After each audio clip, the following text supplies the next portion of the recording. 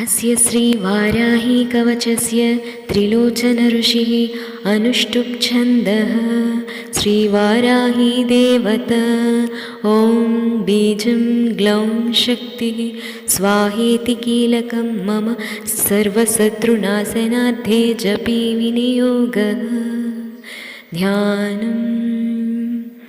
ध्यात्वेन्द्रनीलवर्णाभं चन्द्रसूर्याग्निलोचनां विधिविष्णुहरेन्द्रादिमातृभैरवसेवितां ज्वलन्मणिगणप्रोक्तमकुटामाविलम्बिताम् अस्त्रशस्त्राणि सर्वाणि तत्तत्कार्योचितानि च एतैः समस्तैर्विविधं बिभ्रतीं मुसलं हलं पात्वा हिंस्रान् हि कवचं भुक्तिमुक्तिफलप्रदम् पठेत् त्रिसन्ध्यं रक्षार्थं घोरशत्रुनिवृत्तिदं वार्ताळी मे शिरः पातु घोरा हि फालमुत्तमं नेत्रे वराहवदना पातु कर्णौ तथाञ्जनी घ्राणं मे रुन्धिनी पातु मुखं मे पातु जन्धिनी पातु मे मोहिनी जिह्वां स्तम्भिनी कन्धमादरात् स्कन्धौ मे पञ्चमी पातु भुजौ महिषवाहना सिंहारूढा करौ पातु कुचौ कृष्णमृगाञ्चित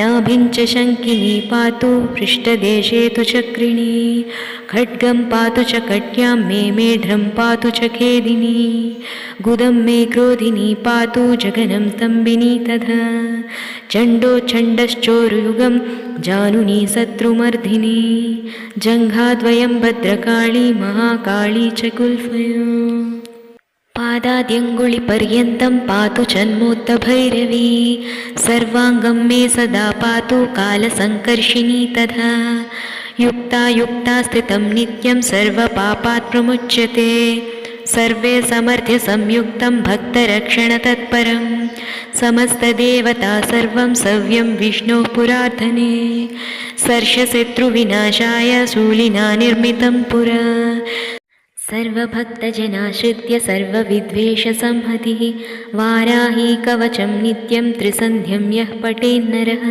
तथाविधं भूतगणान् स्पृशन्ति कदाचन आपद्दः शत्रुचोरादिग्रहदोषाश्च सम्भवाः माता पुत्रं यथा वत्सं धेनुः पक्ष्मेवलोचनं तथाङ्गमेव वाराही रक्षाति सर्वदा।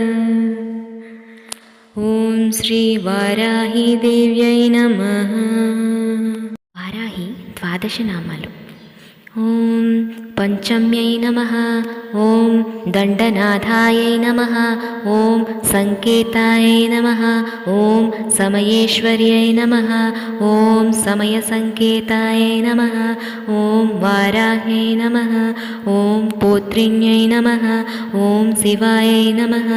ॐ वार्ताळ्यै नमः। ॐ महासेनायै नमः। ॐ आज्ञाचक्रेश्वर्यै नमः। ॐ अरिज्ञै नमः।